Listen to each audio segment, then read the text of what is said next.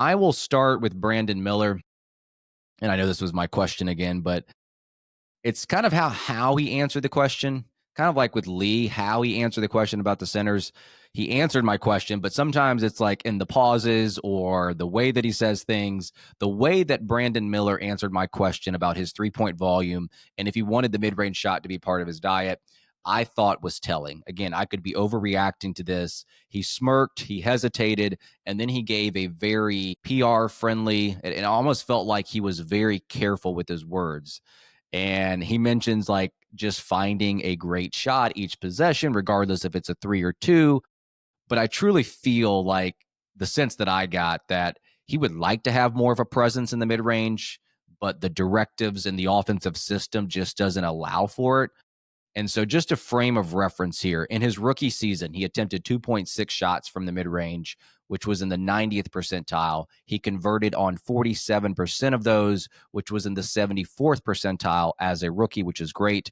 Last year, he attempted only 1.6 and made just 30.2% of the mid range shots. So, I think it's kind of hard to find rhythm when you're probably urged not to take that shot. And even Lee applauded the change in Miller's shot profile. I don't necessarily agree that he needs to be living in the mid range. We all know that that's probably one of the least efficient shots, but I think Miller has shown that he can convert from that area and kind of use that as a counter. So that seems like something that it would be wise to have in his arsenal. I don't know if you read into that quote like I did, because it's almost like he was stumbling over his words. He didn't want to say something that would go against Coach Lee. Yeah, I didn't read into the reaction at all, but I did note that Charles Lee applauded him for that. And I remember at Media Day last year, Jeff Peterson talked about Kevin Durant changing his shot profile in Brooklyn as like a marker for Brandon Miller to try to hit. So this is like just, again, an organizational directive over the past 365 days to extend Brandon Miller's, shot diet out to the 3-point line.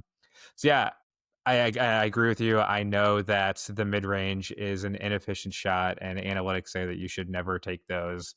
But I do believe, like in the flow of an offense, if Miller has the opportunity to take like a 15-footer to get him into rhythm, that will help him like shooting going forward in a game. Right? Like if his first look is 15 feet from the basket and he takes it and makes it, then I mean I'm a believer in like the hot hand theory that is going to be good. That is going to benefit him for the rest of the game versus he gets a look at the basket and then turns it down for a better shot because he's like at the 18-foot range, then that's just, like setting him up to have like a passive mindset for the rest of the game.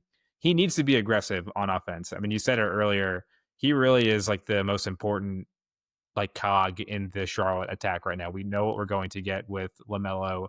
There are a lot of question marks behind him, but if Brandon Miller can take that like big step forward, and Jeff Peterson said he believes that Brandon Miller can be a Hall of Fame level player today. That him taking some shots in the mid range it's just not a bad thing. And I wonder if I think we're going to see a shot diet look pretty similar to how it was last year. But I believe the best thing for him is like take a couple of mid range jumpers a game, get your legs under you, get your confidence back, and then continue to extend your range outward.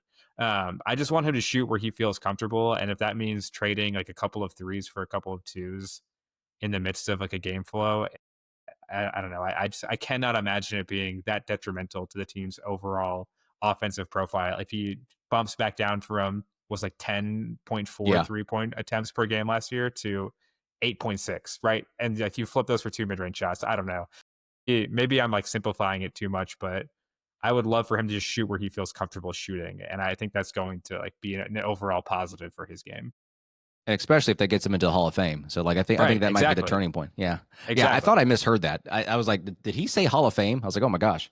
Yeah, he said that, and then Spencer Dinwiddie just straight up called him baby Paul George. So there's a lot riding on the shoulders of Brandon Miller for the way people were talking about him today. Yeah. I just don't want him to second guess like a mid range shot, because in the back of his mind, he's like, oh, Charles Lee wants me to take a 3 type of deal. And Yeah, right. And that yeah. I don't know, just like playing with that passive mindset, like say, oh, this like the mid range is lava. I can't shoot from here. I don't think that is just like a good mindset going into a game. I don't know. Maybe I'm wrong. I've never played basketball at that level, but if he gets a look, I feel like he should fire away from mid range a couple of times a game if that's where he's most comfortable getting to a shot.